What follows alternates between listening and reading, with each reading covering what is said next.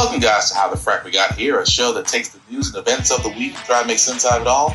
I'm your host, the most Will Buchanan, and on this show, we simply are all about the facts. There are plenty of news stations out there that simply want to do anything short but inform you. Here at How the Frack We Got Here, that's all we believe in. We go up to the left, we go up to the right, we go up to the middle of independence, we go after all sides because there's more than one side of a story to everything. And you need to know it all in order to actually formulate your own opinion.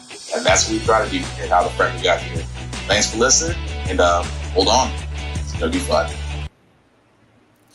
All right, guys. Today's date, August the 9th, 2023, and this is How the Frack We Got Here. I'm host the most Will Buchanan on How the Frack We Got Here. We do take the events of the week and try to make sense out of it all. Before we get started, guys, let you know that we are a news podcast, as we try to be, as we try to give you the news from the most reputable sources from award-winning journalism, not sensationalism like Fox News or The Blaze or Newsmax or any other crazy, eccentric, extreme conservative religious views that some of y'all out there may enjoy, but the rest of us who are normal, we like to avoid them.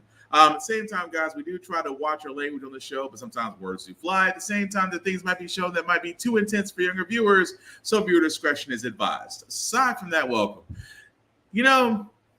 As I started this podcast, I did not have this on my bingo card for 2023. I didn't have a lot on my bingo card in 2023.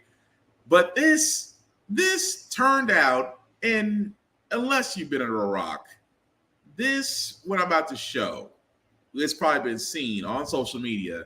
But as people, as Black people, we can't seem to get enough.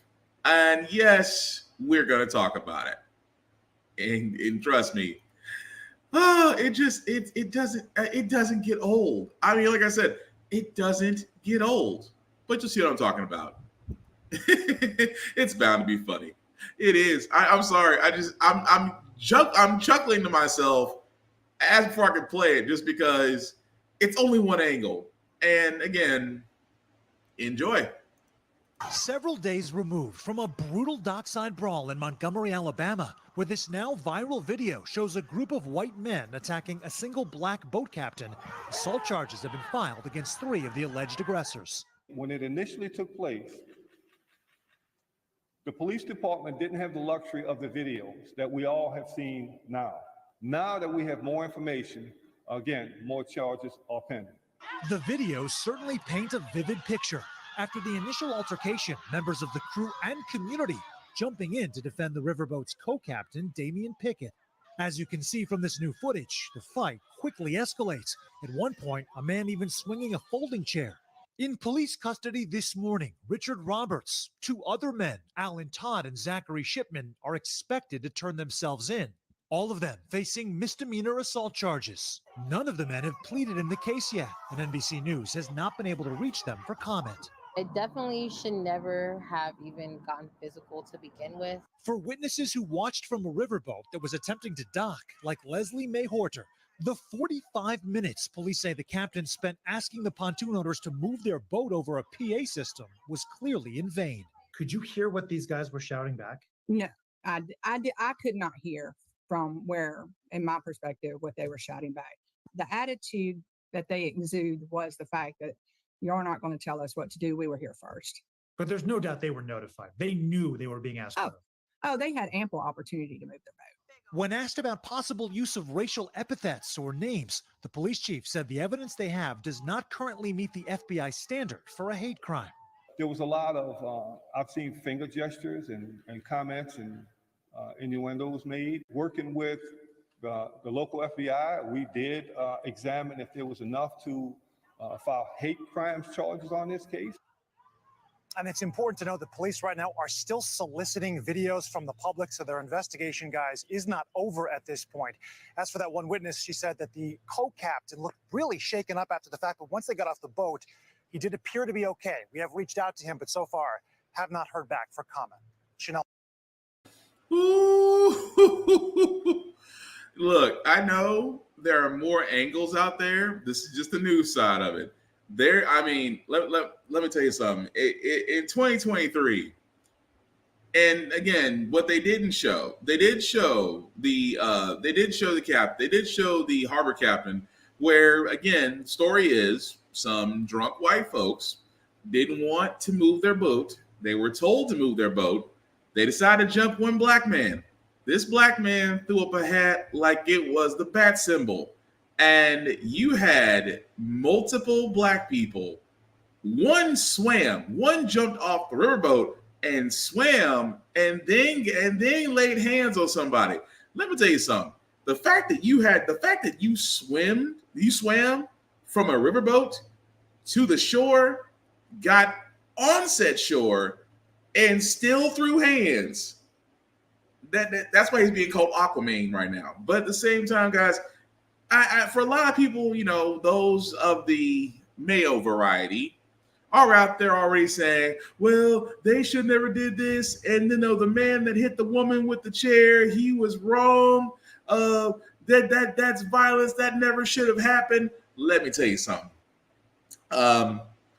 White people, how does it feel? And I don't mean all white people. I just mean the ones that are salty about the fact that we're having a good old time with this. We're having a good old time with this because when it was four white men beating down on one black man, nobody said anything. But when the village showed up, and I'm talking, bruh, that was the starting lineup of an NFL football team that showed up, pulled up and said, all right. And of course, another video where one of the guys slapped dude on the boat and the whole melee was on. And the cops that rolled up, there was one white officer that saw the ass whooping happening. He didn't do anything. He sat back and was like, man, look, you ain't getting my ass whooped. You probably had this coming. But a lot of folks out there are like, well, they should be arrested. I'm like, yeah, the white people that decide to jump one black dude should be arrested. Look, first and foremost, I am not going to hold any black person in that melee responsible.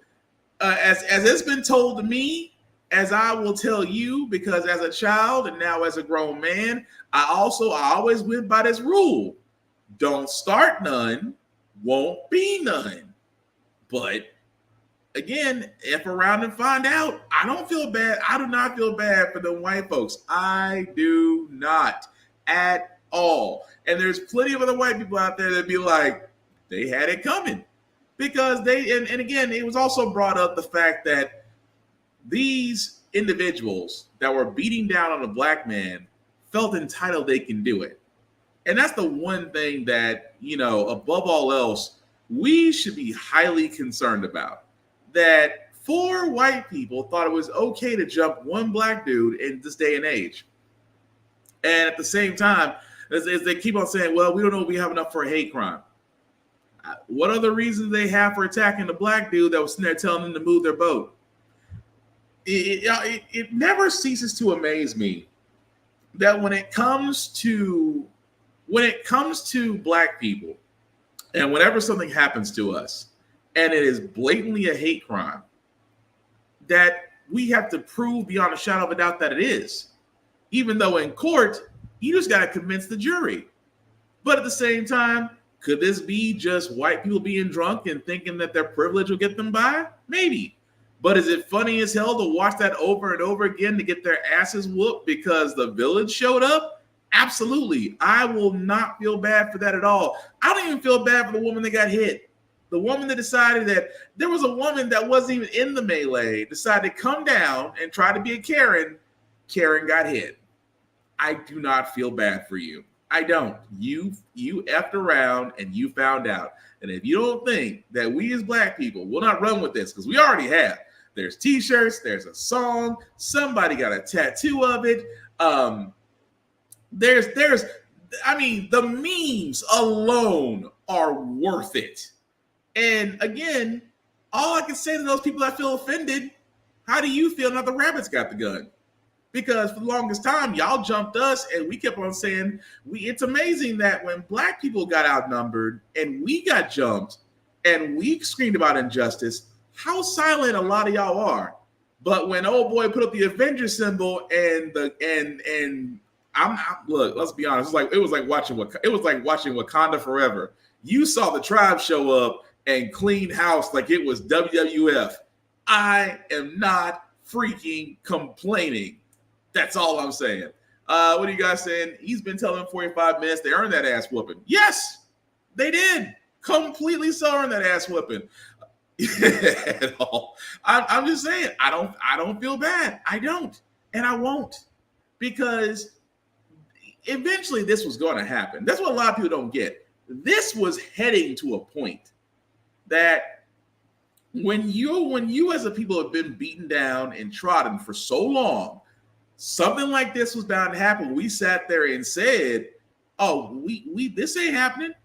And old boy with the chair was the exclamation point, which is kind of funny now because some friends of mine out there are having fun with that. And again, chair profits are going to be up, but black people are always up for the smoke. And I just like the fact of the matter that we for one brief moment in time, we're unified. I just want that to continue. And you're right, Midnight Comics completely earned that. Yeah, they completely earned that ass whooping. Sometimes you buy a ticket to your own show, you just got to pay the cost and watch your own ass get whooped. But switching gears for a second, guys, I do want to get to Trump 2.0. For a dictator going for Ron DeSantis, who is trying to compete with a guy who will probably be in jail before the next presidential election. Imagine that. Imagine you're Ron DeSantis. You are losing in the polls to Donald Trump. At the same time, you've already had to let go of your staff. You are on your second campaign manager, and you decided because you believe a governor equals a dictator in your own state, that you decided to relieve one of your prosecutors because, well, they're not up to your standards. And again, that same prosecutor decided to come forward and kind of clear the air for us.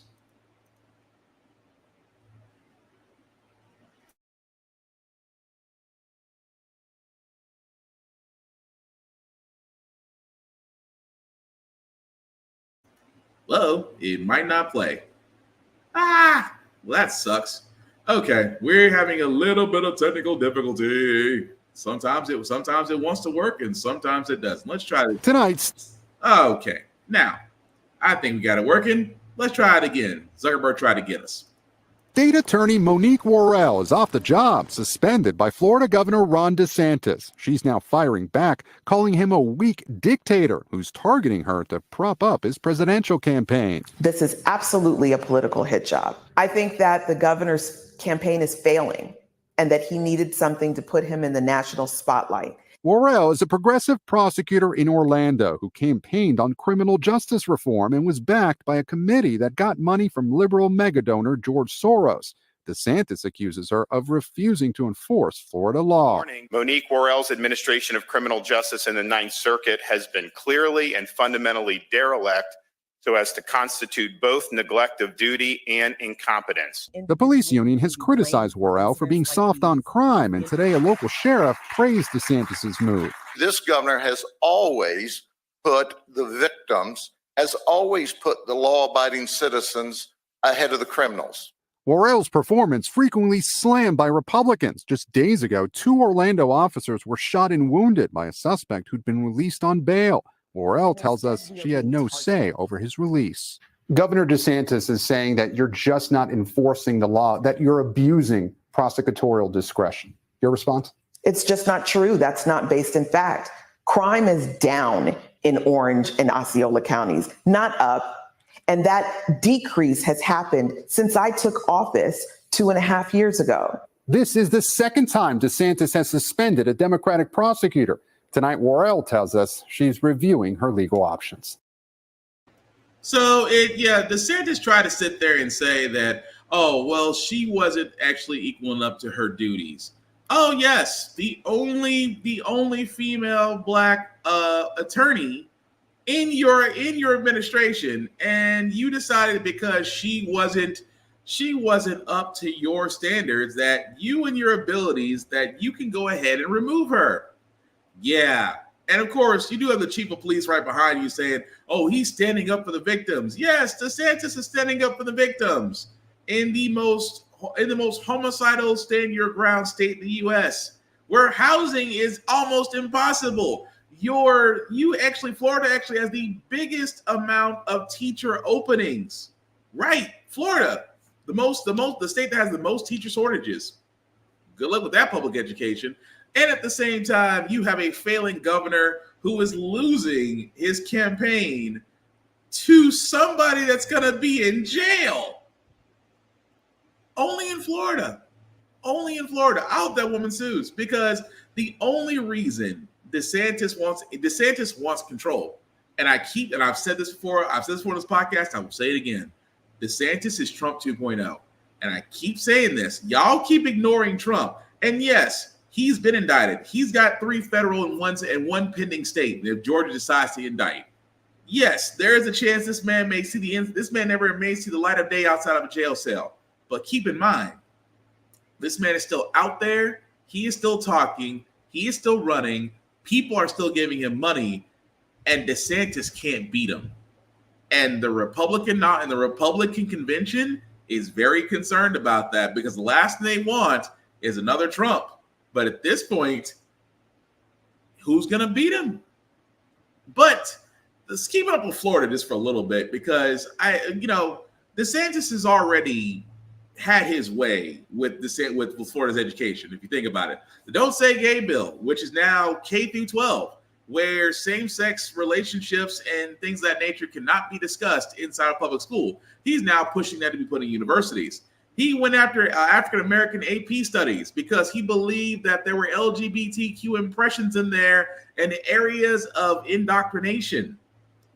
And yet he also wanted to go after libraries that contain certain books that were by people of color and LGBTQ plus artists, and also things that might make white people uncomfortable, which I think it's funny because white people don't like reading To Kill a Mockingbird because it's racist.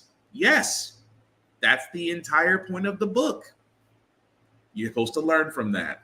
The reason why I'm getting to that, guys, is basically because PragerU. If you don't know what PragerU is, the next 20 minutes are either gonna make you very informed or they're gonna tick you off. But PragerU has just been approved as an alternative education site for Florida's education system. Now, if you don't know who PragerU is set up by Turning Point USA, which is a conservative think tank. And this is the part that should actually scare you, that there's actually videos for PragerU out there. And again, you know, there's just no other way I can say this, but I will say this before I play these videos. Bear with me, okay? Because they say these videos are historically accurate and kid-friendly, but to people of color, I apologize in advance, you're gonna be pissed off.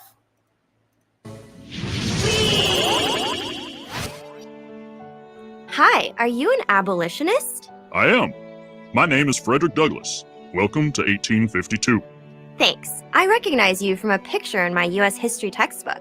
You have really cool hair. I'm Layla. That's my brother Leo.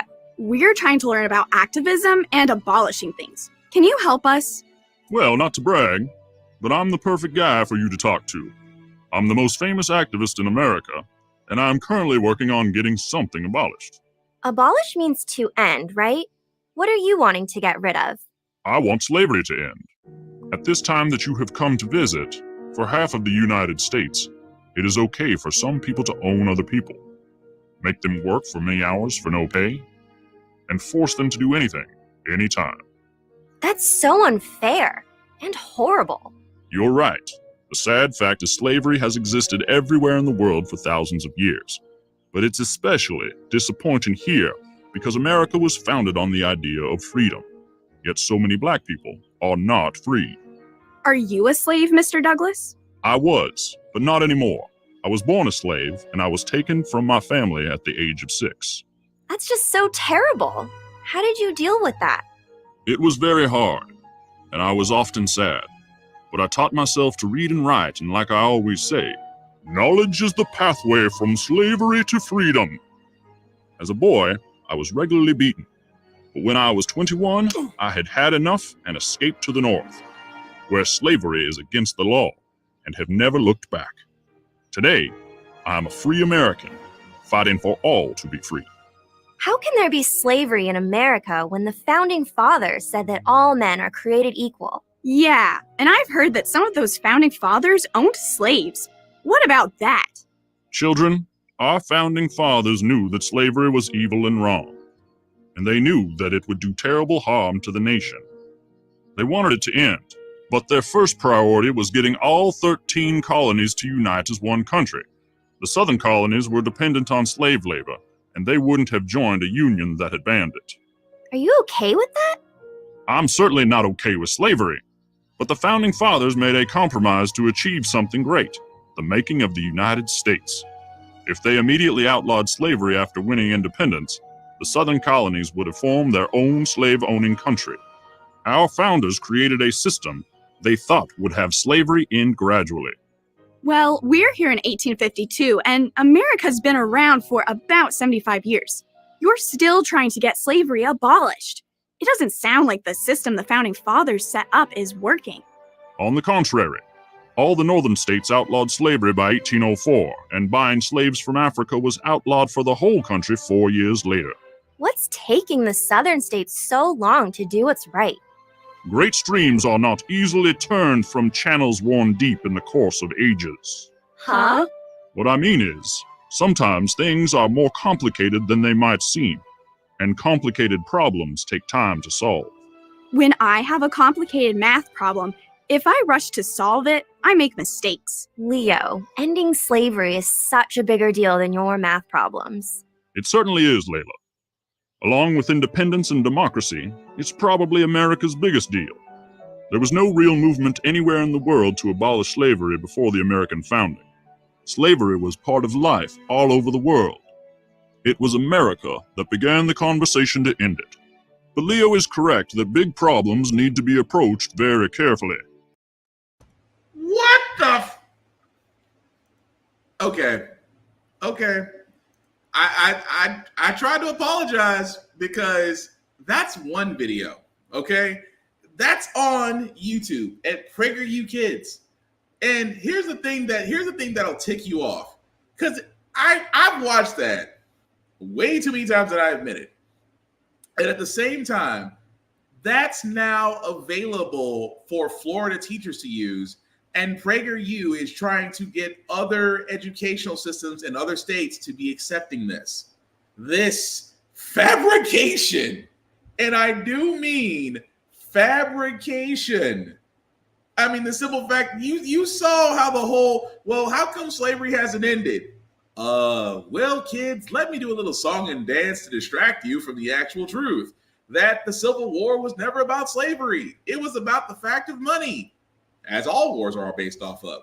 But that right there is the most damaging way of trying to really teach kids history. What'd you say in that comics? I'm so sick of PragerU and Candace. Oh, you don't live in the same state as her. Trust me. But with Candace Owens being in Tennessee, you have no freaking idea. It's just a pain in the butt. But that's just one video, right? And again, I've noticed in these videos, there's a certain theme. You saw how they downplayed slavery, and I mean downplayed it. The fact that the founding fathers were all slave owners. When the Declaration of Independence was written, it was not written for minorities. And a lot of people actually, and here's the thing, a lot of people actually think that.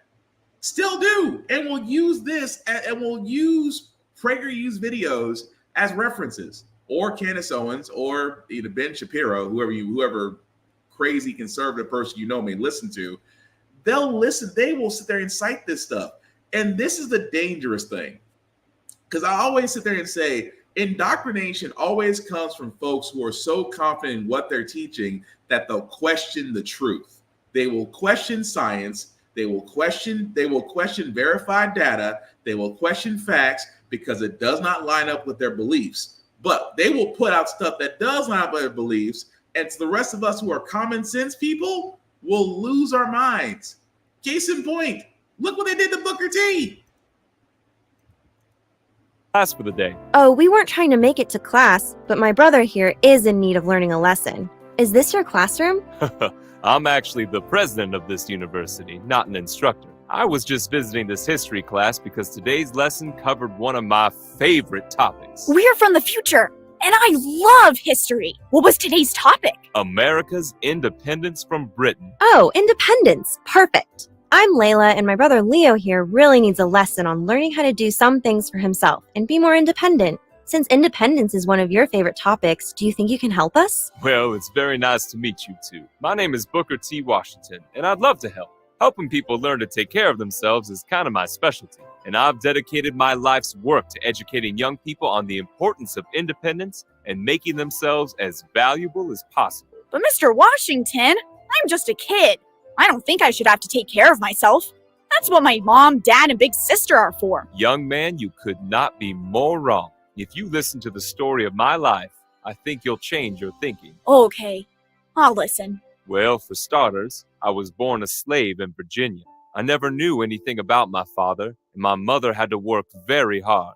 She couldn't spend all her time taking care of every little thing for me. Oh, I'm sorry. I see what you mean. Was being a slave hard? It was terrible. I rarely got enough to eat, and I worked all the time.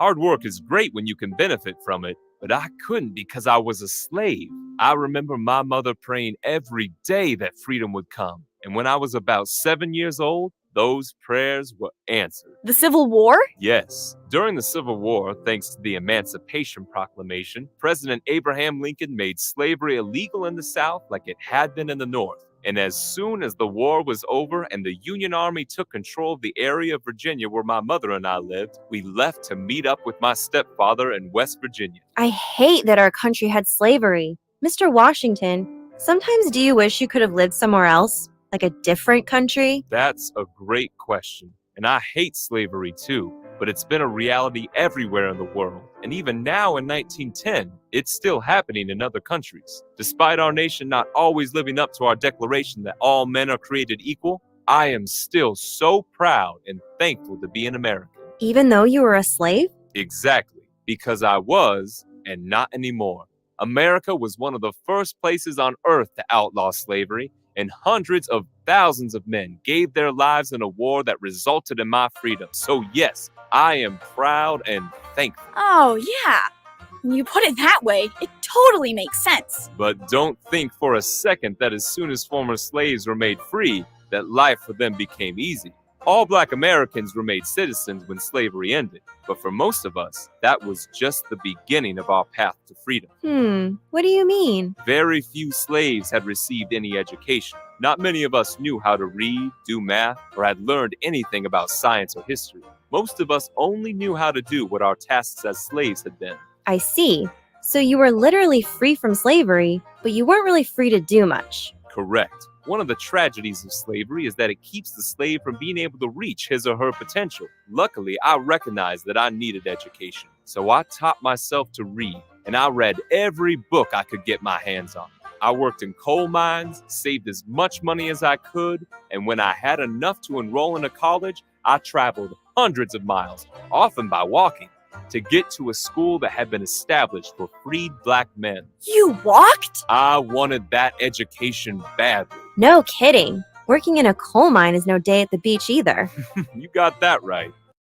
Yeah, I'm going to stop it right there because the reason why, again, they gloss over a lot. And this is, and you know, the thing about it is, when it really comes down to it, this is what they want. This, you know what the thing about it is, when they said there, when it feels like years ago, but it's only been a few months. Because remember, just 3 months ago, parents in Florida, in Texas, and even in Tennessee, even here in Nashville, parents wanted to dictate what schools were teaching their kids. We don't want our kids to feel embarrassed because of our ancestors' history. This is what this is the alternative. These guys will literally put this stuff out here, and now it's approved. And yeah, I could sit there and say it's going to be just Florida, but let's be honest, it's not going to be just Florida. I'll even go as far to say that it's going to be the South, because PragerU does have a reach with conservatives in heavy red states. In heavy red states where education is the worst, this is going to be an alternative. That alone is scary, because if you want to control the next generation, it's always been education. Always. Because you should be instructing and encouraging the next generation to hopefully get it right. But look what they're doing now. You got teachers who can't teach what they should be teaching, so they're leaving or finding other jobs. You have school systems that have teacher shortages out the yazoo. Even with the at-home learning, some kids have never recovered. Some even maybe a grade back. This isn't because of COVID. This is by design. And the thing about conservatives is when they want to control something, they will make it so horribly bad that privatization is going to be the only recourse. They tried that with the post office and failed. Do not think for 1 second they will not try this with education, because right now in most areas they're succeeding. And again, you want to talk indoctrination? I'm just gonna do this last one. Just bear with me, guys. I know I've already shown you 2 videos, but I want to show you this last one, because you want to try indoctrination. Look at how they try to examine interactions with law enforcement. Car. Wait, can we be arrested for being out too late? No, we're not doing anything wrong. The police officer will help us. You two are out pretty late. Is everything all right? I saw you waving. Thank you for stopping, sir. I'm Layla, and this is my brother Leo. We're lost and could use some help. We have an app that can take us home, but our phone died. We weren't breaking any laws, I promise. Your phone, huh? Let me see. I'll just plug it into my charger here and wait with you until it's powered back up. Thank you, sir. So we're not in trouble? Well, Leo, you might have been if you two tried wandering around the streets all night by yourself. So I'm glad that you waved me over. My name is Officer Tatum, and I'll make sure that you're safe until you get home. That's my job. I thought your job was to arrest people. Leo, you've been watching too much TV. Police officers' main job is to rescue people from kidnappers or exploding buildings. It sounds like you're watching the same shows. Maybe I can clear things up for you. As a law enforcement officer, my job is to protect and serve. It can also involve some of the exciting things you see on TV shows, but it's also about things like helping lost children find their way home. No matter the details, our goals are to keep people safe and make our communities better places. So it's like all of us hired you to protect us, right? You got it. We do try to help everyone. And that's actually why I decided to join the police force. I was once a high school football star in Fort Worth, Texas, and then played safety here in Tucson at the University of Arizona. I even thought of going to the NFL. I just love being a part of a team. So when I finished school, I saw a chance to join a team as big as the whole city, and I became a cop. You still get to fight bad guys though, right? Unfortunately, yes, and only if I have to. But sometimes I do have to do some of the things you see on TV shows. I've stopped many criminals, I've saved some lives, and I've even been in some very dangerous situations. But remember, my objective is always to protect and serve the community. Hey, Officer Tatum! Officer Tatum, what's good? Hey guys, just helping some visitors. Y'all see the Cardinals Sunday? Yeah, man. We're gonna take the West for sure this year. Have a good night, sir. Thanks, guys. Don't stay out late. Get home to your moms. Okay. See ya, sir. You know those guys? They look tough. Yeah, I know those knuckleheads pretty well. They're great boys. I try to get to know as many people as possible in the community where I police. The more I know them, the better I can understand their problems and serve. Since sometimes you have to be in dangerous situations, are you ever scared? I've definitely been in scary situations, especially when I was a member of the SWAT team. But if I'm too scared, I could make a mistake. And when police make mistakes, people get hurt. So how do you keep from getting scared and making mistakes? It's not easy, but we police have good training. And when the going gets tough, I take a deep breath, focus on acting how I've been trained, and work confidently. In those moments, there's no room for mistakes. Wow, that's so much pressure. We both play soccer and we have lots of training, but it's still okay if we mess up every now and then. It is a lot of pressure, and that's why being a police officer is a very special responsibility. Of course, just like any team, we've got good members and bad members. That's why I work as an instructor for my department. I want to teach my fellow officers how to be prepared for every situation so they can protect others all day and still go home safely to their own families. It sounds like you have to be tough, brave, smart, and focused. And you have to be okay with a lot of pressure to not mess up. Yeah, that's pretty much it. Easy job, right? Y'all ready to sign up? I do like your outfits. Layla, we're not tough enough to be cops. We do have nice uniforms, but I'm just kidding. You two just need to worry about being good kids. But there's always ways you can help your local law enforcement, no matter how old you are. Really? Absolutely. I have a son a few years younger than you, and I know how important it is for kids to learn good safety habits as early as possible. When citizens can take care of them. Okay, so I'm just going to stop it right there because this is turning into basically propaganda. It's what it is. Of course, Officer Tatum, if you don't know who he is, he has a YouTube post and following. I personally can't stand the guy because he is definitely back the blue all the way. But I promise that's the last PragerU video I'm showing. I promise that's it. The point I'm getting to this is that channel has not only those videos, but hundreds more. That right there is the scariest thing to me because I worry about my kids running into stuff like that. Because not only is that indoctrination, it's really glossing over, as we can tell, as we've seen, history.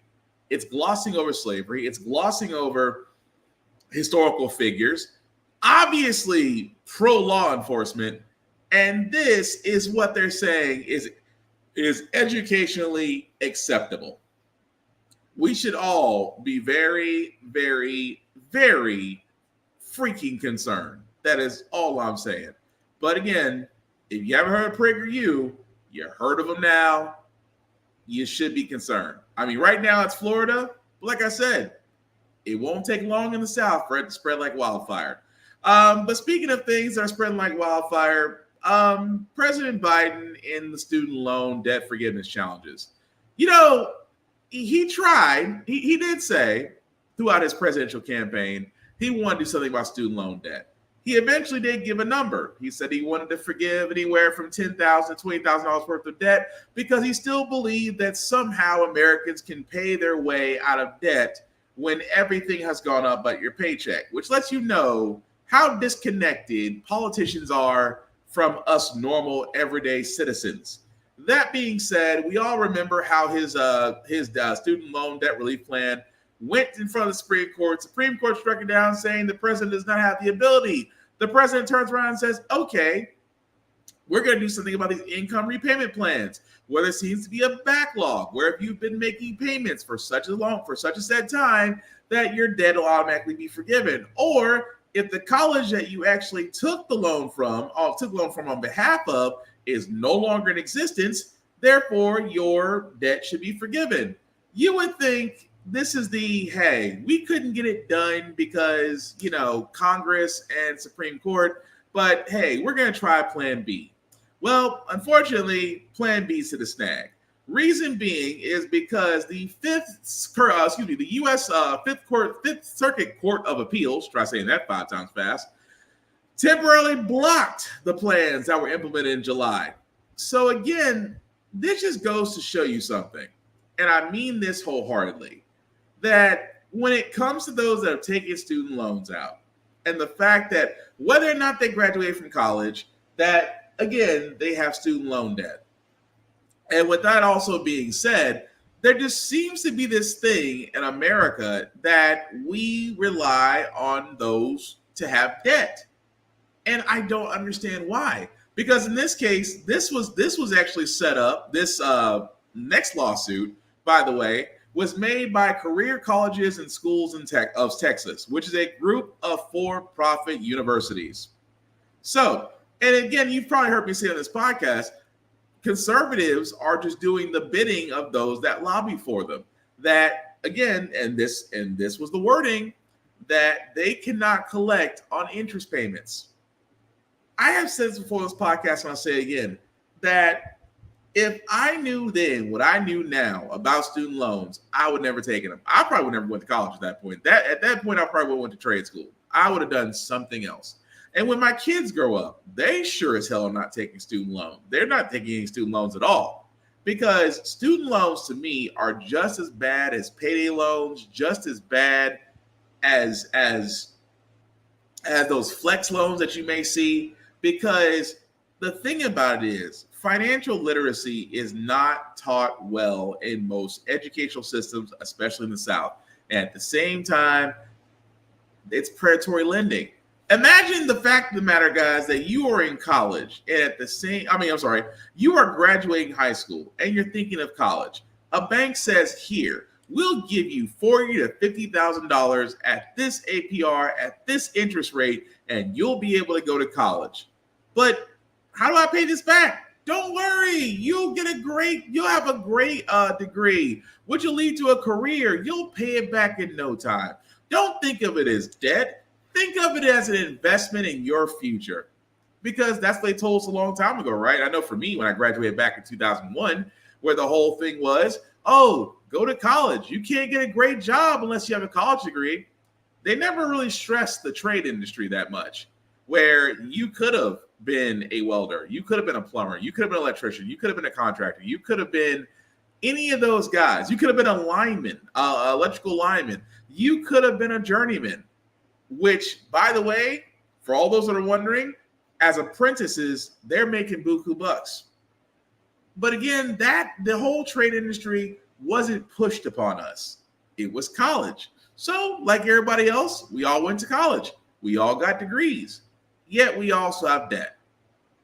But at the same time, the predatory lending of it all, where all that interest has to be paid first before the principal.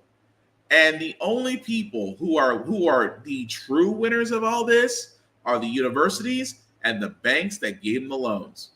I mean, forget the fact that student loan debt affects your credit portfolio, and an income to debt ratio, it affects it. And those that have student loan debts will find it hard, difficult, and almost damn near impossible to get ahead. Because think about it. If you have student loan debt, number one, your credit score will automatically take a hit. And that means that you have less chances of getting a loan, less chances of getting a car, less chances of owning a home, less chances of paying less for anything that you may apply for. And so the crazy thing about this is, with this student loan debt that's going on out there, the one thing that has never really been said is, why in the world have those that give out student loans, whether they're federal or private loans, how come they've never been curtailed? How come they've never been like, okay, if you're giving these terms, then they have to be this, this, and this. They have to be fixed rates. They have to have terms. They have to have certain limits. Why is the fact that terms and conditions have never been given to student loans, but student loans are still being handed out like hotcakes? And again, not creating more college success stories, they're creating more debitors.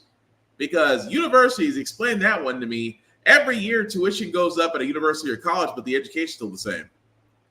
Every year interest rates go up on student loans, but it's still the same money. It's the same system that already is set up to make debitors out of students. At the same time, yes, we have a president that is trying to give some relief. I still say he should have pushed forward.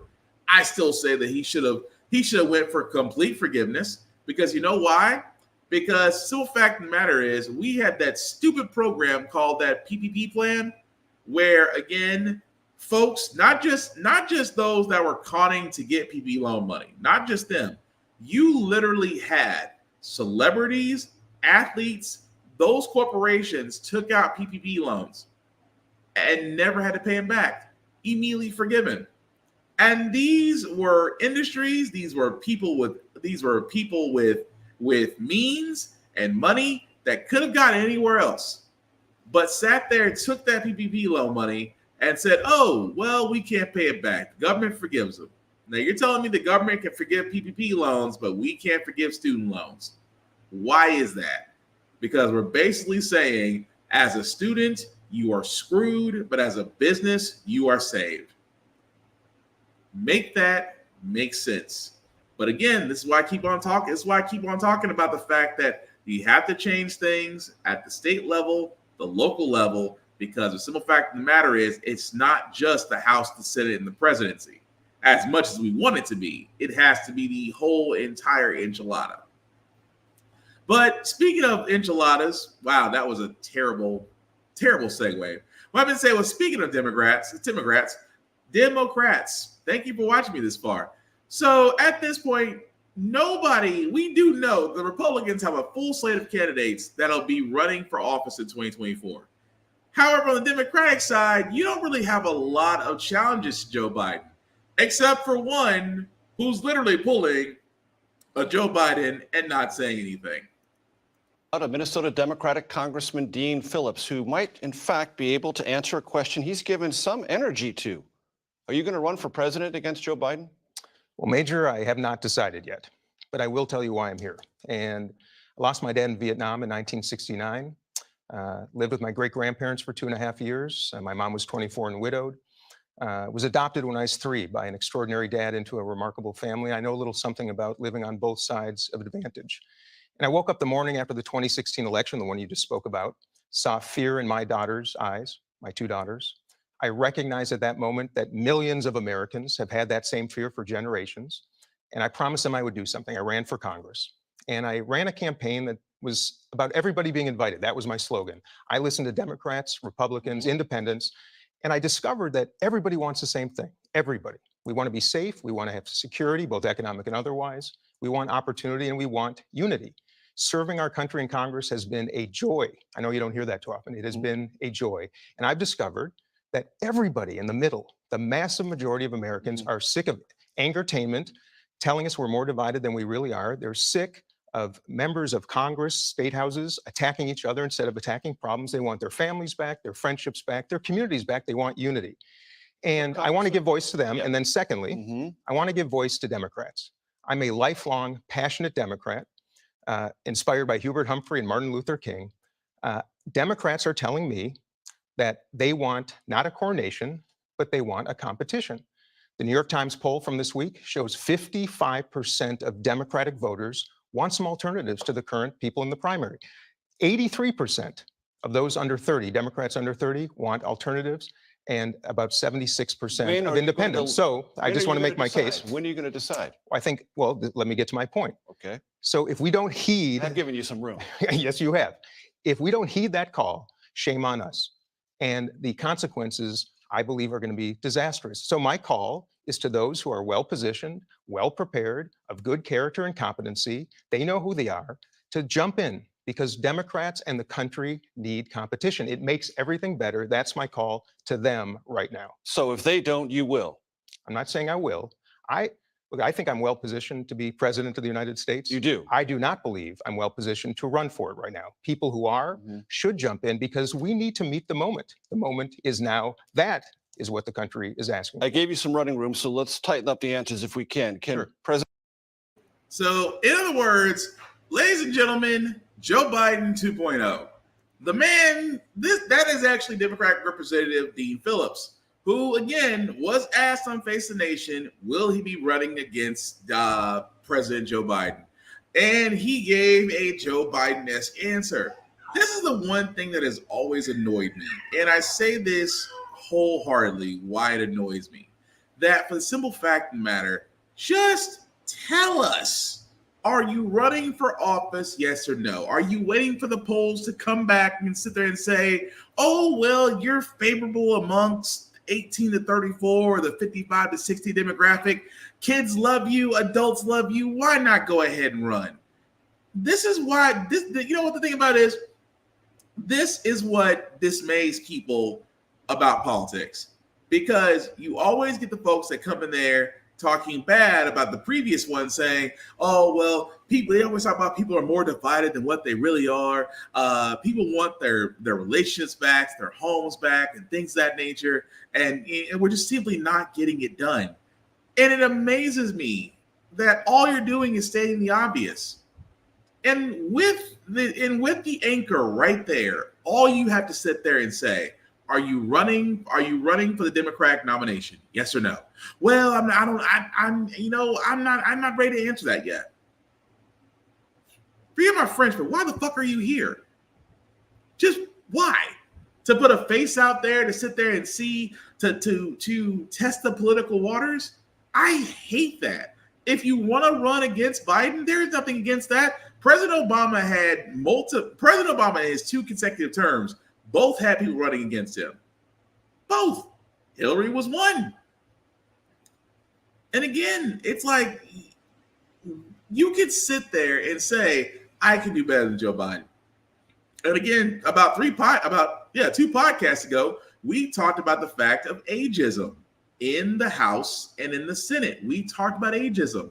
We talked about lifelong senators like Mitch McConnell, who had a reboot in the middle of his press conference. That man went, well,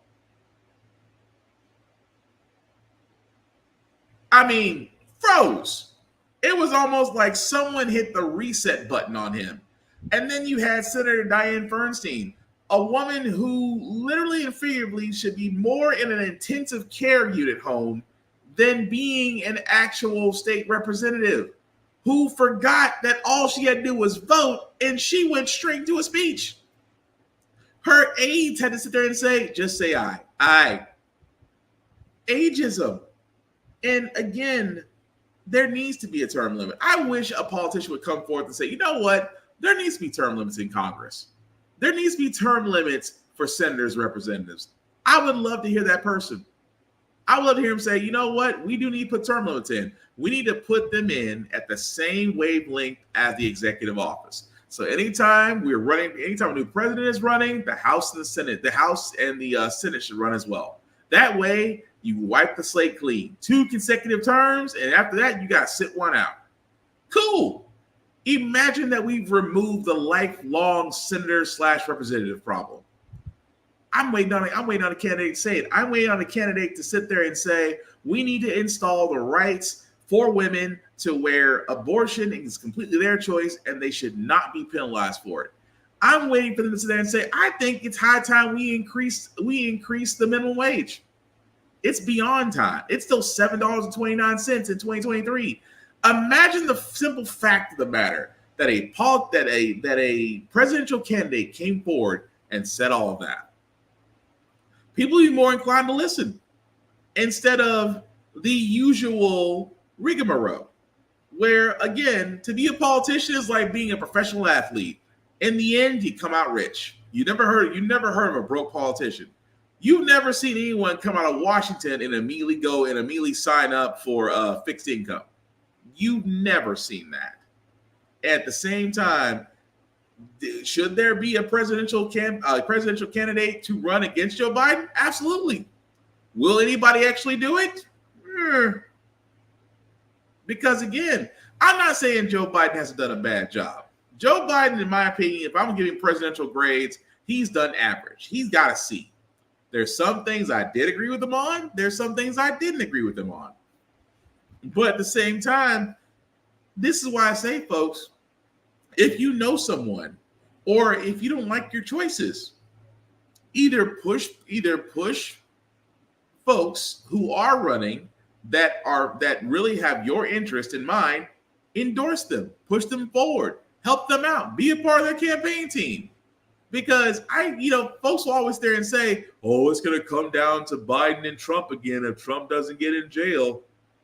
If you're complaining about the choices that are handed in front of you, change the narrative by actually being active.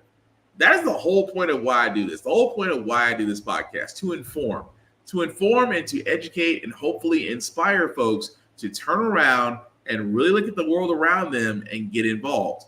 I know in some areas it is almost damn near impossible to do. Trust me, I live in one of the reddest states in the United States. And I can tell you off the bat, it is sometimes damn near impossible to get progressive things pushed through Tennessee. Even though they swear up and down, they say try that in a small town. And I kind of feel like with a folding chair going, bet. But again, I'm just saying, change the narrative. But speaking of changing the narratives, guys, didn't I say I can't coin this phrase, but I did sit there and tell you it's going to be a hot labor summer because the strikes is coming. This morning, for the first time in decades, city workers in Los Angeles plan to walk off the job, demanding better pay and benefits. More than 11,000 people, from sanitation workers to traffic officers, are protesting contract negotiations between the union and city leaders. We're all throughout the entire city, whether it's LAX, animal services, sanitation, the parks. I mean, you name it. We've got some great folks and allies on city council. Unfortunately, we have some out-of-touch city administrators. Also in LA, thousands of hotel workers striking this summer for better wages. But it's not just LA. In San Jose, California, librarians, firefighters, and airport workers fighting for what they call a livable wage plan to strike for 3 days next week. In New York City, unions staged a day of action against Starbucks yesterday, accusing the coffee giant of anti-union tactics. So we're out here using the visibility that we have to try to help Starbucks customers and the people that like the company know that the company is preventing these people from fighting for a better wage and better working conditions. But the biggest strike in this summer of strikes is affecting the entertainment industry. Little progress is reported in the actors and writers strikes. And now more fallout. Even Jeopardy is in jeopardy. The show says without its writing staff this fall, it will be reusing old clues and former contestants. The show must go on. That summer of strikes could continue into the fall, with the United Auto Workers Union currently in talks with the big 3 U.S. automakers. And that was going to be the next thing I was going into because, like I said, guys, it's a hot labor summer. I sat there and said it, that if things don't improve, and again, it's a very simple concept. Everything has gone up but your paycheck. Your mortgage, your rent, your car note, your insurance, doctor bills, groceries, utilities. It almost costs for a family of 3 or 4, going out to eat is dang near becoming a selective treat now. Forget sit down restaurants. You try going to McDonald's or Burger King with 3 people and trying to get a meal, and then you see that cost, or you going to a grocery store just to get groceries, and you look at that bottom line and see $200, $300, $400 for the same amount of groceries that would have been $100 or less just a few months ago. Everything has gone up but your paycheck. Which, that being said, if you are one of those workers, because the one thing about America, they love the essential workers. We loved our nurses. We loved our first responders. We loved those folks. We loved our service industry people. We loved them. We didn't pay them more, but we loved them. But you saw what happened over this year. We've seen teachers go on strike. We've seen nurses go on strike. We've seen factories like John Deere go on strike. So you would think, even with logistics, the UPS just still have a tentative deal. But again, UPS was about to have the worst strike on record because of UPS drivers were on strike July 31st. A lot of ticked off people, aside from stockholders, would have lost a lot of money. But thankfully, a deal got reached. But why? You know why? Because corporations still believe like it's the 1950s. Corporations still want the company man. They want the man that's going to come in and work 40 plus hours for the same amount of pay and be happy about it. Whereas everything's gone up. Forget daycare. Daycare is about as high as private school tuition now. Families have to decide whether or not they can go off a 2-income house or a 1-income house because someone has to stay home with the kids. Gas. Don't even get me started on that. But it all goes back to the fact of the matter is everybody wants a single job because a long time ago, and I say a long time ago, like before 2001, a single job could pay the house, could pay the car, could pay the bills, could keep food in the house, could pay the utilities, keep the lights on. A single income could do that.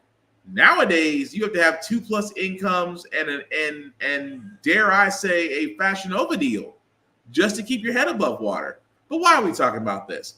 Because workers are learning to unionize, and that is a beautiful thing. I'm all for unions because I say this because I've yet to be proven wrong on this. Never bargain by yourself with the people you are with the companies you work for. They love single representation because you know why? They can get rid of you. Your impact is not as great as a union is. That's why, for the simple fact of the matter, guys, UPS and the Teamster union and the Teamsters are like, oh no, if we don't get what we want, we walk. It's your job that's gonna get hurt. It's your company that's gonna get hurt. And eventually UPS Corp caved in. Now, with things going on again with the industry workers in Los Angeles, you should be very concerned. Forget the fact the strike that you have with the actors and workers against Hollywood. You lose the industry and the city workers there, Los Angeles is going to look real different in a few days. That's all I'm saying. And on top of that, it goes right back into, at the end of it all, where the greatest, like I said, the linchpin of it all, the United Auto Workers, could possibly strike. The biggest union in the United States, and they could strike. These are the ones, the union auto workers that cover Ford, that cover Nissan, that cover General Motors. The thing about this is, you don't want the biggest union who has contracts with those three companies I just said. You don't want that union to sit there and tell its representatives, oh, we're going on strike. Because you know why? Factories shut down. Without factories, you can't make cars. Cars don't go out to dealerships. The dealerships suffer. And again, those companies will take hits because their stocks will tank. All because every strike goes the same freaking way. Workers want better pay. Workers want better conditions. Workers want a bigger piece of the pie. And it shouldn't be shamed. They shouldn't be shamed at all for wanting these things. Because why? Lifestyle, the life changes, and the fact that the cost of living has went up, that we need to be able to pay the toll just to survive. And if companies don't get smart and decide to go ahead and pay these people, you're going to wind up paying in the end. It just matters if you pay a little or you're going to pay a lot, but you're paying something, or you risk the simple fact of the matter of being like Yellow Trucking, a company that got $700 million, and yet with that $700 million still declared bankruptcy, and at the same time released 30,000 workers. But the CEO is going to be okay. Those 30,000 workers are now faced with life-altering choices to make. And hopefully they find employment. But again, this could all be avoided. It's simply put, pay the workers. It's not that hard. And also, now that I talk about UPS, when you pay the workers, don't complain about it. Because now UPS is saying that, well, our quarterly projections, we actually may be losing $4 billion because of the fact that we caved and paid the workers. If whining and crying about the fact that you had to do the right thing and give your UPS drivers air-conditioned trucks, better pay, at the same time better benefits, and you're sitting there complaining that your quarterly revenue expectations are going to be down by $4 billion, sounds a lot like complaining, which is what they're doing. And again, that's not, I'm sorry, for me, you will not get sympathy from that. That to me is a corporation that's going, well, since we caved in and we gave the workers what they wanted, I guess we're going to lose money. Because number one, that's a BS narrative. Because that's what they always try to say. You've heard conservatives say it. You've heard CEOs say it. Well, if we pay the workers livable wage, then our profits suffer. Never been the case. Never. And I implore those who are watching this podcast, or if you're listening to it, tell me I'm wrong. Tell me a situation where you saw a corporation pay its workers more at the same time lost revenue or had catastrophic revenue loss. Name me one corporation that did that. You would be hard pressed to find it. Every corporation that actually paid its workers has thrived. If even more so, actually made more in profit than they did the last review. That's why I always laugh when I see companies like UPS there and say, "Oh, we're projected to lose $4 billion because we're going to take that $4 billion and pay them," not realizing that UPS annually makes $100 billion every year, an annual $100 billion in profit, and you're complaining about losing $4 only because you had to be forced to do the right thing. Well, I'll tell you one thing though, it's a hot labor summer with all these strikes. I would not be surprised, especially as we saw with Hollywood right now. Hollywood could damn near go into next year. So hold on to those DVD, folks. It's going to be a long time in the desert. Moving on, guys. I know I talked about Trump a little bit earlier in this podcast, but yes, that man is in the hot seat, not with one indictment, 2 indictments, 3 federal indictments, and a possible Georgia state indictment that may be coming forward. And of course, with Trump being in court, they have to put a gag order on him or try and put a gag order on him because you know what Trump likes to do?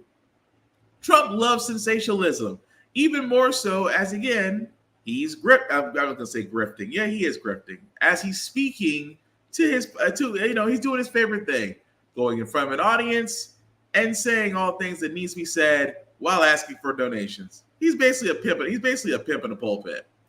So this is all about election interference, but that isn't quite good enough. Crooked Joe now wants the thug prosecutor, this deranged guy, to file a court order taking away my First Amendment rights so that I can't speak. So listen to this. We don't want you to speak about the case. The case is a ridiculous case. It's a First Amendment case.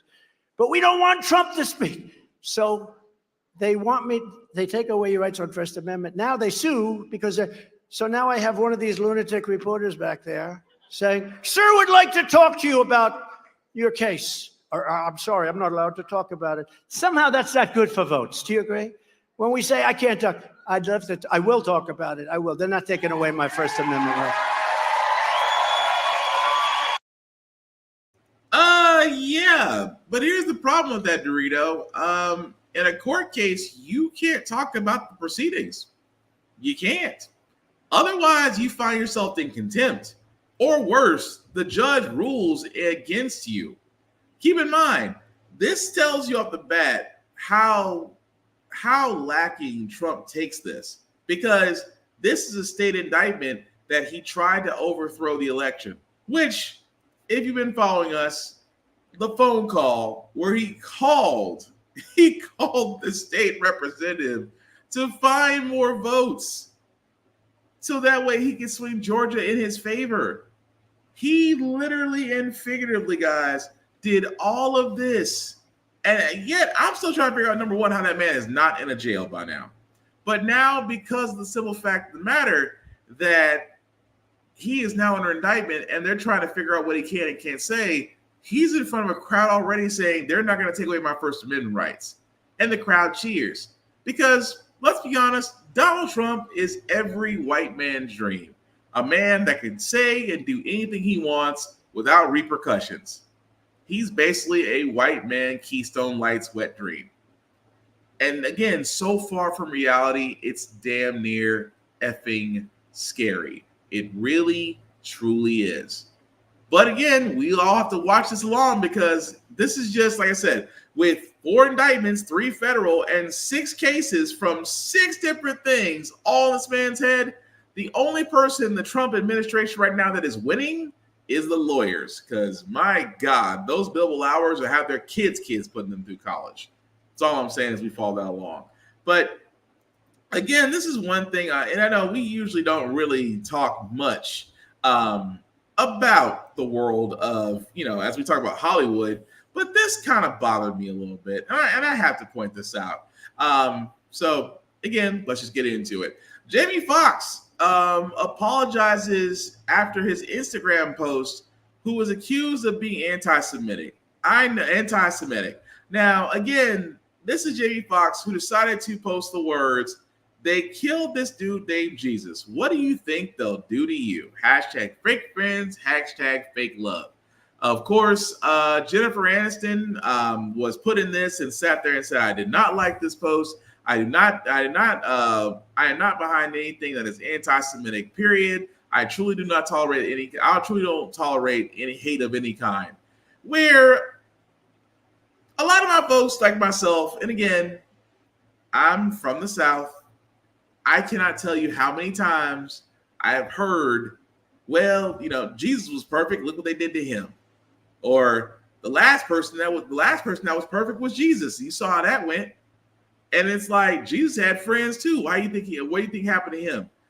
I have heard every reiteration of that. And to me, it was like, you better take the lesson from that. Jesus was perfect and they still got him. What do you think they'll do to you? And a lot of folks out there took that as anti-Semitic. I'm trying to figure out how. Because, and I'm not saying this from an ignorant standpoint. I am not saying that from an ignorant standpoint. I am saying that for me to understand. Because from my understanding, and I'm just going to go ahead and say it, I don't think that any ethnic group out there can have a claim to Jesus.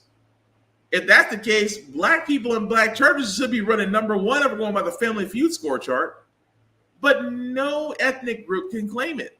I can understand if his post mentioned something about the Holocaust, mentioned something about Auschwitz, said something insulting about Jewish people, said something of ignorance about Jewish people, said something that was derogatory or just flat out just hateful against the Jewish community. I can understand all of that. I don't get anti-Semitic vibes from saying Jesus was perfect. What do you think? They killed Jesus. He was perfect. What do you think they'll do to you? I don't get the same thing. I get someone saying that no matter who you are, no matter how good or perfect of a person you think you are, the same outcome can happen to you. That's what I took from that.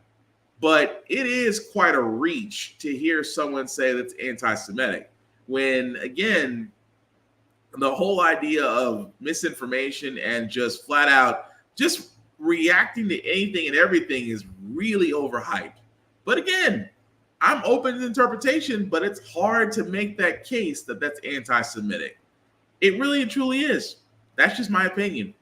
But speaking of things that should be opinionated, again, guys, the next story that we're going to play is definitely viewer discretion is advised about the details of this story where two police officers decided to violate two black men. And when you hear the details of this, number one, you're going to wonder why it took so long. At the same time, why they're not buried under the jail. In Mississippi, 6 former law enforcement officers have pleaded guilty to federal charges after investigators say the white officers tortured 2 black men for hours, then tried to cover up the crime. Miguel Almaguer now with what the victims are telling us tonight. Tonight, Eddie Parker and Michael Jenkins say justice can be served now that the 6 white Mississippi law enforcement officers who beat them for nearly 2 hours have entered guilty pleas. I finally gave up. I knew how it was to give up. It wasn't a surviving. It was a hoping I'll make it to the end. Prosecutors in Mississippi say the officers tortured, used racial slurs, and sexually assaulted the 2 black men inside a Braxton home last January. Court documents reveal the officers, who called themselves the Goon Squad, broke down the door, beat, tased, and threatened to rape Parker and Jenkins while calling them the N-word and monkeys as they accused the men of sleeping with white women. They come in there to do what they wanted to do, which torture us, and they came to do what they did. The 5 Rankin County Sheriff's deputies, Brett McAplin, Jeffrey Middleton, Christian Dedman, Hunter Elward, and Daniel Opdyke, were joined by Richland police officer Joshua Hartfield. The federal complaint says one officer put a gun in Jenkins' mouth, pulled the trigger and nearly killed him. What did I do? Are these, really officers? Do they do this? Why are they doing it to me? Authorities say the officers tried to cover up their crime by planting a gun in the home and drugs on the victims after their so-called raid. The officers charged with several crimes, including civil rights violations and obstruction of justice. In their minds, the law and the Constitution be damned. They became the criminals they swore to protect us from. After their guilty plea to federal charges, the members of the so-called Goon Squad still face state charges and years behind bars. Or you could just save us you could just actually save us a whole lot of time and put them in the same prison that they put other people in and let it take care of itself. But it's crazy, isn't it? That imagine you were one of those two guys and you got violated by police, and that was last January. They're just now getting to this. And you guys, and again, I know Officer Tatum, that to me, I always want to point this out and go, Officer Tatum, your bad apples, if you will, because you can't have bad apples that believe with a badge comes the authority to do whatever you want, because there needs to be checks and balances. There needs to be oversight. But you guys have heard me say it multiple times on this podcast. You train longer for anything else to be a police officer. I have yet to have anybody sit there and tell me otherwise, as I've said this now for going on 3 years, especially here in Tennessee. You can train for 6 months to be a police officer, and you're out there serving and protecting. You train longer to be a barber, a plumber, electrician. You dang near can you have to, a nail technician trains longer to be a law enforcement officer. At the same time, the screenings are low. And when you see stories like this combined with everything that's gone on so far, that PragerU video I showed back a while back, where they try to paint officers in a different light. This is why I keep saying when it comes to people of color, we all have a police story, sometimes more than one, and they're not pleasant, not at all. And I hope those 6 men that decide to violate those young black men, like I said, put them in the same jail that they put other people in, and just one night let nature take its course. The problem will solve itself. I'll leave it at that. But as we kind of get close to the end, guys, I do want to go over this story as well, because this is one thing, well, this is one of 2 things I keep saying, that this actual story is about ghost guns and the fact that finally the Supreme Court actually got something right. I mean, they didn't get Roe versus Wade right. They kind of cathartically split affirmative action when it comes to colleges. They decide to kill student loan debt, but at least they regulated ghost guns. Supreme Court today allowing the Biden administration to continue enforcing regulations on ghost guns. That's while a challenge moves through the court system. The Biden administration issuing those regulations last year, saying the guns are a major threat to public safety because they're easily available on the internet and hard for law enforcement to track. The regulations require manufacturers and sellers of these kits to obtain licenses to mark the products with serial numbers, do background checks, and maintain records of it all. Lawrence Hurley covers the Supreme Court for us and joins us now. So Lawrence, tell us about the legal challenge first to these ghost gun regulations and how you sort of interpret, if anything, what the Supreme Court has ordered today. Yeah, I mean, I won't get too into the weeds on this, but basically the Biden administration is saying that these kind of kits that people can order online should be regulated in the same way that other firearms are, that you have to go to a gun store to buy and have to get a background check and can be easily traced. And they're saying, they have the authority to do that. The gun rights groups that are suing are basically saying that under federal law, the definition of firearms does not include these kits. They're saying that only includes, the guns that you can actually go to a store and buy. And so that's what this legal fight is about. This decision today is a preliminary decision by the Supreme Court. All it's saying is that a federal judge's ruling in Texas cannot go into effect while the litigation continues. And there's other cases going on around the country on this same issue. And so the Supreme Court's decision is just saying, okay, let's just keep this in effect while that's still going ahead. It doesn't necessarily say that that's how this court, which has a 6-3 conservative majority, is going to rule if this case actually gets before them on the merits. That could look very different. All right, much more to come, obviously. Okay, so yes, the one time the Supreme Court has actually gotten it right, where ghost guns, for all those don't know, why ghost guns is a thing. Ghost guns are basically kits that do not have serial numbers, which means that with a little know-how and unfortunately videos on YouTube, anybody can buy these ghost gun kits because they do not require this. They do not require the same type of regulations as firearms do. So anyone can buy these kits, follow the instructions, and manufacture a working firearm. And the reason why these ghost guns are so popular is because for those who are felons or those that have records are automatically, you can't own if you're a felon, you can't own a gun. You legally can't. But ghost guns are a nice alternative because A, they're not regulated as of yet, and B, no serial numbers, and C, there's no age limit. So literally anybody can buy one. And the gun groups are arguing this for what other reason? Access? I don't want the government to know how many firearms I have. It's always that amosexual gun nut thing that bothers me. That why is it that you care? Well, I don't want the government to know how many guns I got. Newsflash, the government has better shit than you do. They are not worried about your dressed up 30-06. They are not worried about your customized AR-15 with buckhead. They are not concerned about your shotguns. They're not concerned about your handed down Colt 1911 pistol that was your daddy's gun before your daddy's gun that was handed to you. The government could give a shit considering the fact of what they have access to, which is I've always said that. Why does that matter? Well, they should know how much ammo I have. Oh yeah, they do. Some of y'all out there have stockpiles of ammo that need to be on a list. I will forever defend that.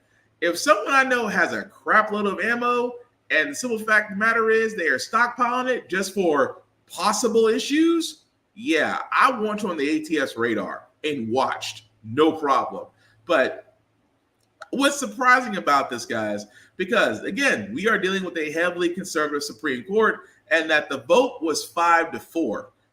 Chief Justice John Roberts and Amy Coney Barrett, which was surprising, joined the 3 liberal Democrats. The other 4, again, of course, all conservative, vote against it.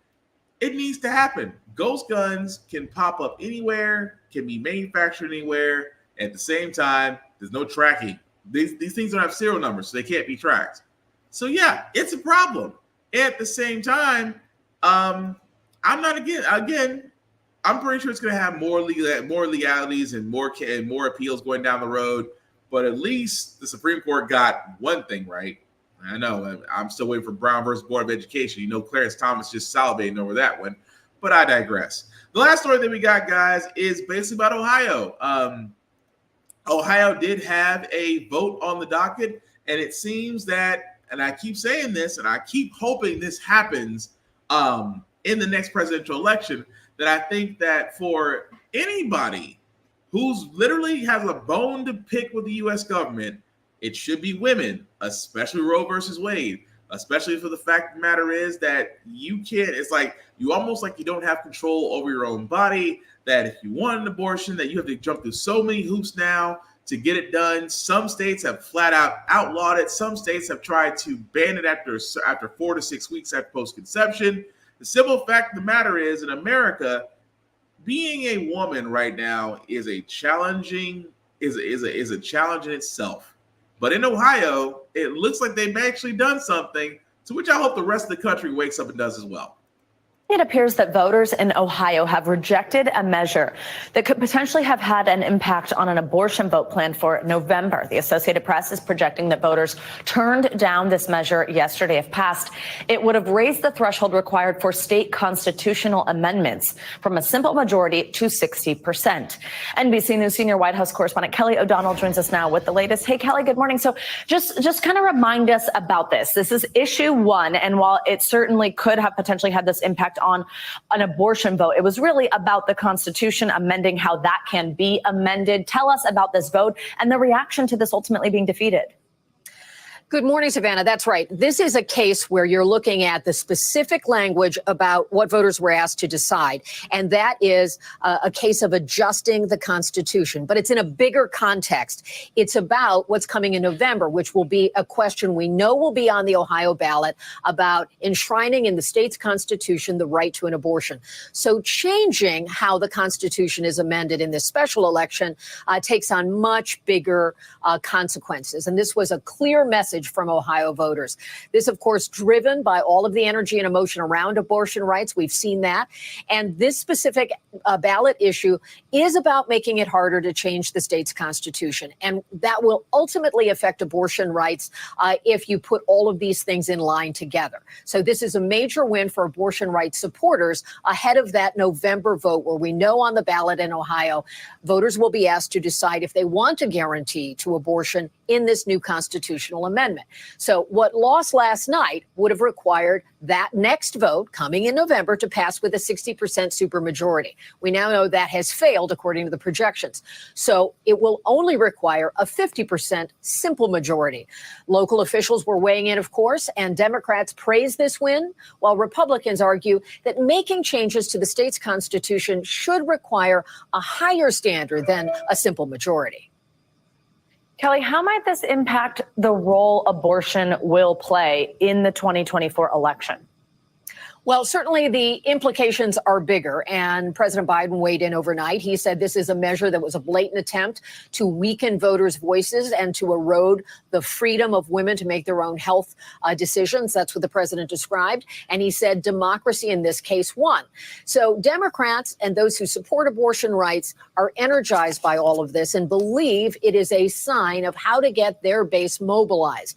That is important because we know that President Biden has dealt with issues like low approval ratings, inflation, things that have weighed down his popularity. And so getting Democrats and others excited about this issue enough to turn out could have significant impact. And no surprise to anyone, this all comes after the Supreme Court overturned Roe v. Wade last summer, and that has made abortion an issue on center stage in politics around the country in different states. Savannah? Kelly, before I let you go, I do want to ask you about the day ahead for President Biden. He's in New Mexico today. This has been this. Okay, so long story short, guys, this is why I love stories like this, because they prove one thing and one thing alone. Your vote actually matters. The fact that in Ohio, they actually sat there and said, mostly women, and I keep pointing this out, and I'm going to point this out again for the 2024 race. I think the biggest proponent is going to be minorities and women voted, because a lot of people didn't vote. A lot of people didn't vote. A lot of people didn't vote when it was Hillary and Trump. We saw that turned out. People came out for Biden. Again, we are now about to go into we are now about to go. We're not too far off, 4 months away from going into, which would be the start of the presidential campaigning year for 2024. Women should be all the way ticked off. And the last thing you want to do is tick off a bunch of eligible voters, because keep in mind, there are kids that are going to be turning of legal voting age who feel dismayed by their futures, by their finances, by just their overall outlook on the world. And they're going to be joining women whose reproductive choices are being told what they can and can't have, like it's some twisted Handmaid's Tale. And you, as Republicans, and I say this all the time, the GOP is going to have it very hard. But then again, the GOP's never been for anything except rich old white men. That's all they've ever been. Which I always kind of find it funny that Tim Scott being a presidential candidate on the GOP side, thinks that he could possibly get nominated. That in itself is a joke. But the GOP is going to have a harder time. The Democrats could capitalize on this and say, "Hey, you reelect us, you give us the House and the Senate, and we'll come together." But we did see in a simple majority where they had the chance to be progressive, but two senators basically put a kibosh on that, Manchin and Sinema. But now, as we again get close to the election, this is why I stress so heavily: voting matters. It does. We've seen it happen in Georgia, where Georgia became a blue state for the first time, elected its first black senator for the first time, and helped us win an election that kept Trump from getting a second term. Thank you, sweet folding black chair Jesus. I cannot stress that enough. Voting matters. So again, guys, get informed, get to know the candidates, and at the same time, get to know what they're about. I really wish that we had a debate format where we could really ask the questions and really grill the candidates and really get the answers we want instead of the dancing around politics. I would love a debate where the candidate can't get away from it. It's a yes or no question. He or she has to commit to it.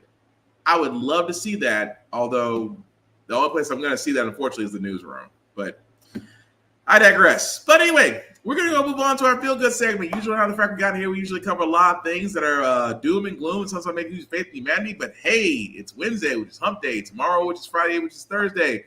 And we will leave you guys out with some good vibrations. And hopefully this story of a teammate basically giving up something very valuable to help another teammate. In the world of football, brotherhood is everything. Finally tonight, America Strong and a selfless act of team spirit. At training camp this week for Eastern Michigan University's football team, Coach Chris Creighton delivered life-changing news. Zach Conti has had to pay his way to school for 4 years. And in the fall, the guy was selling his plasma to be able to pay the bills. Brian Dooley comes into my office and he said, "Coach, that guy has earned it. And if there's a way to make this happen, I am willing to give up my scholarship and to give it to Zach Conti." Where are you, Dooley? Offensive lineman Brian Dooley walking over to Zach Conti and handing him the papers, officially giving away his scholarship. I've never done something like this before. Made me feel good, but it's not about me.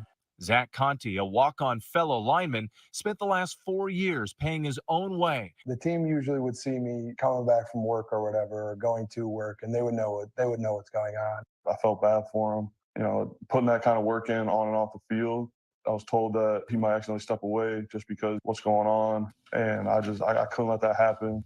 This special moment, an extraordinary act of kindness. I just felt like unbelievable. Like I felt like my hard work's paid off. I was happy. I was so happy. Teamwork at its finest. Yeah, I mean, it's a feel good moment to actually help out a teammate, and at the same time, I guarantee the other guy is definitely going to be taken care of. Anyway, I know that was terrible. I literally just made that just messed up. That's supposed to be a feel good segment. I apologize. But that being said, guys, that's going to do it for this podcast. I do thank you all for watching, for liking, for letting me know this is live. I certainly appreciate the comments as well as everybody who watched. From the bottom of my heart, I really do appreciate it, because I always wondered about the work that I do and if it's appreciated or whatnot. And it's always nice to have a little bit of reassurance, just a little bit. Just like it's like a warm jelly donut, or original, or glazed. Maybe, you know what? I'm freaking hungry. I'm sorry. I'm going into food paranoia. That being said, guys, let's go ahead and do some shameless promotions, shall we? Before I make too much of an ass of myself. Shout out to Vaughn at BigBZA. You can definitely check out his YouTube page, where he does have a music channel where beats are there where you can use. He does not ban you like other places do. And you are interested in any of his beats, definitely check him out. BigBZA on all social media. As for myself, guys, you can find me BlackFox447 on all socials. I usually do reviews on everything that I read, that I watch, that I play, gym stuff, because I try to keep myself in shape. I really try, because again, as I get older, health is wealth and all that good stuff.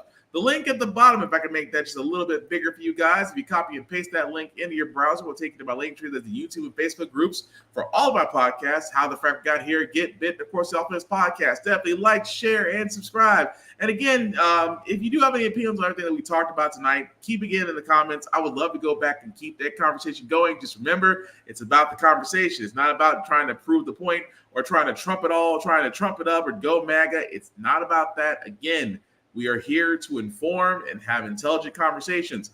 But you must also learn that you can agree to disagree. It is completely and freaking okay to do so. That's all I'm saying. But as we wrap this up, guys, again, if you are going to be traveling, please take precautions. I know we don't really talk about COVID the same way we used to because emergency measures have dropped. But again, protect yourself at all times. At the same time, check on people. That's the big thing I want to say before I wrap this up, guys. Check on people. You know, if you got friends and family, check up on them because you never know what somebody's going through. And maybe just letting them know or checking on them or simply giving them a call, things of that nature. You might brighten up a day. Hell, you might even save a life and don't even know it. But with that being said, guys, the last thing I'll say about How the Frack Got Here, it's all about staying informed. We are not trying to reinvent the wheel. We are simply giving you all the information to allow you to make up your own mind, but we do provide a logical perspective that goes along with it. We do a lot better as a society if we're informed. We're progressive. We move forward. We try to right the wrongs of our past by making decisions now that we should have done back then, like electing our first Black woman Supreme Court, electing our first Black woman to the Federal Board of Governors, electing our first Black woman as a National Cybersecurity Director. All great things. When we don't learn from history, that's when we're doomed to repeat it. That's when we keep asking ourselves, why does everything go about our paycheck? Why are we electing different politicians but still the same old game in Congress? And most importantly, how the frack we got here. Thank you all for watching, guys. Take care of yourselves and each other, and we will all get through this. Peace.